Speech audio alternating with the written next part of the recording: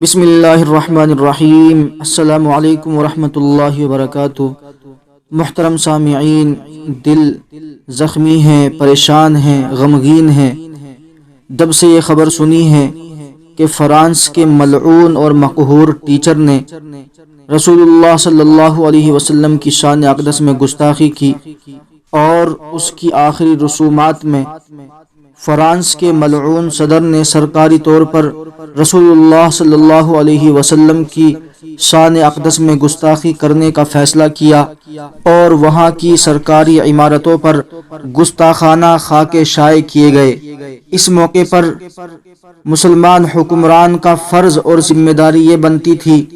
کہ وہ اپنے اپنے طور پر فرانس کا بائیکاٹ کرتے، وہاں کے سفیروں کو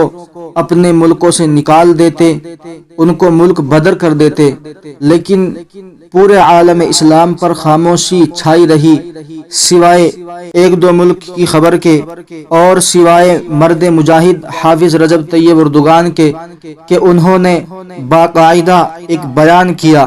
اور اس بیان کے اندر فرانس کے ملعون صدر کو دو ٹوک الفاظ میں یہ کہا کہ تمہیں اپنے دماغ کا علاج کرنے کی ضرورت ہے، تم پاگل ہو گئے ہو، تم اپنے دماغ کا علاج کراؤ۔ اور واضح طور پر یہ بھی کہا کہ اے یورپ کے اسلام دشمنوں،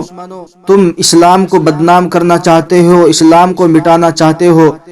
یاد رکھو اسلام کو مٹانے کے چکر میں سارا یورپ مٹ جائے گا اور ختم ہو جائے گا۔ محترم سامعین، اس نازک وقت میں ہم سب کی ذمہ داری یہ بنتی ہے